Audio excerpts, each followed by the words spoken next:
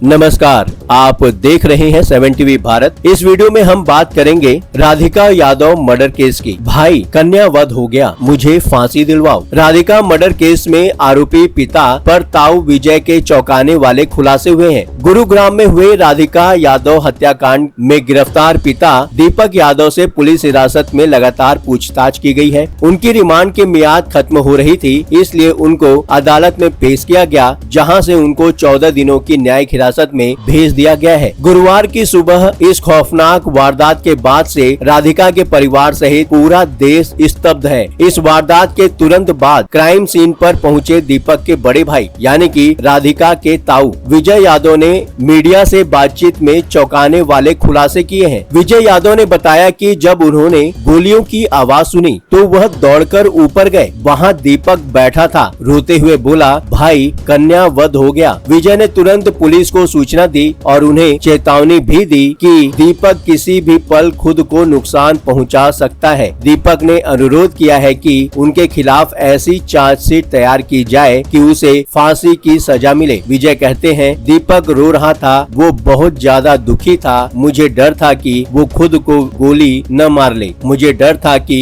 वह कुछ न कर ले। वो आगे बताते हैं, मैं थाने में पुलिस अफसरों को भी बोलकर आया हूँ कि उसका ध्यान रखना, वो कहीं गलत न कर ले। सामाजिक ताने के सवाल पर उन्होंने कहा, हमको किसी ने ताना नहीं मारा, हमें इन बातों से फर्क नहीं पड़ता क्योंकि हमें पता है कि हमारे बच्चे साथ हैं। विजय ने पुलिस से कहा है कि वो ऐसी रिपोर्ट बनाए जिससे कि उसे फांसी की सजा हो। राधिका यादव का शुक्रवार को वजीराबाद गांव में अंतिम संस्कार कर दिया गया। उनके भाई धीरज यादव ने मुखाग्नि दी। हम हर पहलू को समेटते हुए आपको जानकारी देते हैं। उम्मीद है आप हमारे इस चैनल को सपोर्ट करेंगे। चैनल को सब्सक्राइब करें, वीडियो को लाइक करके हाइप देकर 7 टीवी भारत को सपोर्ट करें। वीडियो में अंत तक बने रहिए। पुलिस हिरासत में पूछताछ के दौरान दीपक यादव ने माना कि वो अवसाद में था। उसे लगता था कि उसकी बेटी के चलते उसे ताने सहने पड़ते हैं क्योंकि घर की आमदनी अब टेनिस अकादमी से होती थी, जिसकी कमान राधिका ने संभाल रखी थी। दीपक को यह भी लगता था कि किराए की आय और रिटायरमेंट के बाद की जमा पूंजी पर्याप्त थी। ऐसे में बेटी का खुद को सुपरस्टार समझना उसे चुभता था। राधिका पिछले साल एक म्यूजिक वीडियो में भी नजर आई थी, जिसे लेकर घर में पहले भी बहस हो चुकी थी। राधिका की बढ़ती लोकप्रियता क्या वाकई दीपक को चुभ रही थी? पुलिस को शक है कि यह वीडियो और सोशल मीडिया पर राधिका की बढ़ती लोकप्रियता दीपक के आत्मसम्मान को लगातार ठेस पहुंचा रही थी। पुलिस प्रवक्ता संदीप सिंह ने कहा, दीपक ने कई बार राधिका को ये सब कुछ छोड़ने के लिए कहा था, लेकिन जब वो नहीं मानी तो उसने गुस्से में आकर यह खौफनाक कदम उठा लिया। हत्या के समय घर की पहली मंजिल पर सिर्फ दीपक, उसकी पत्नी मंजू और राधिका मौजूद थी। राधिका के चाचा कुलदीप यादव ने अपने भाई के खिलाफ केस दर्ज कराई है। कुलदीप यादव के मुताबिक सुबह करीब 10:30 पर उन्हें जोर का धमाका सुनाई दिया। वह ऊपर पहुँचे तो रसोई में राधिका खून से लथपथ पड़ी थी और ड्राइंग रूम में रिवॉल्वर रखी हुई थी। कुलदीप और उनका बेटा पीयूष उसे अस्पताल लेकर भागे, लेकिन तब तक बहुत देर हो चुकी थी। पोस्टमार्टम रिपोर्ट में यह भी स्पष्ट हुआ कि 4 गोलियां बेहद नजदीक से मारी गई। अब पुलिस आरोपी से यह जानने की कोशिश कर रही है कि वारदात में इस्तेमाल की गई लाइसेंसी रिवॉल्वर में कितनी गोलियां थी। गुरुग्राम पुलिस ने बताया कि राधिका यादव टेनिस खिलाड़ी थी। वो खिलाड़ियों को ट्रेनिंग देने का काम भी करती थी, लेकिन उसकी अपनी कोई एकेडमी नहीं थी। वो अलग अलग जगहों पर टेनिस कोर्ट बुक करके खिलाड़ियों को ट्रेनिंग देती थी। इस पर उसके पिता को आपत्ति थी। यही दोनों के बीच विवाद का कारण बन गया। एक पुलिस अधिकारी ने बताया,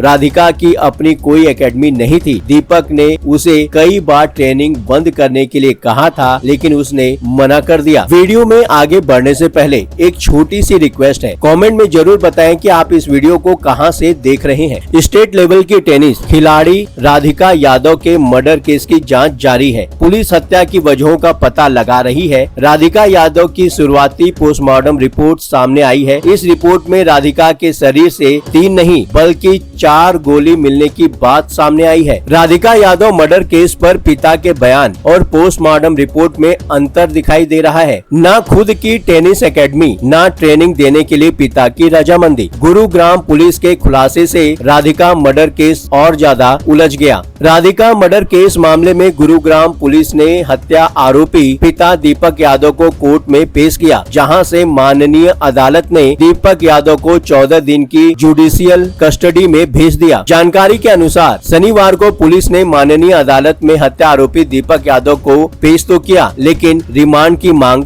नहीं की। हालांकि बाद में दीपक यादव को 14 दिन के लिए न्यायिक हिरासत में भोटसी जेल में भेज दिया गया है। वहीं इस केस में पुलिस के दावे से नया ट्विस्ट आ गया है, क्योंकि गुरुग्राम पुलिस ने शनिवार को एक न्यूज एजेंसी को बताया कि पूर्व राज्य स्तरीय टेनिस खिलाड़ी राधिका यादव की अपनी अकादमी नहीं थी और वह अलग अलग जगहों पर टेनिस कोर्ट बुक करके खिलाड़ियों को प्रशिक्षण देती थी, जिस पर उनके पिता आपत्ति जताते थे। गुरुग्राम के सेक्टर 57 स्थित सुशांत लोक इलाके में स्थित अपने 2 मंजिला घर में 25 वर्षीय राधिका यादव की उनके पिता दीपक यादव, जो कि 49 वर्ष के हैं, ने कथित तौर पर नजदीक से गोली मारकर हत्या कर दी। इससे पहले पुलिस का कहना था कि राधिका एक टेनिस अकादमी चलाती थी, जो दोनों के बीच विवाद का कारण बन गई थी, क्योंकि दीपक को अक्सर अपनी बेटी की कमाई पर निर्भर रहने के लिए ताने मारे जाते थे। आरोपी, जो आर्थिक रूप से संपन्न था और विभिन्न संपत्तियों से अच्छी किराए की आय प्राप्त करता था, इसलिए अपनी बेटी की कमाई पर निर्भर नहीं था। ऐसे में वह पिछले कुछ हफ्तों से तानों के कारण अवसादग्रस्त था। एक जांच अधिकारी ने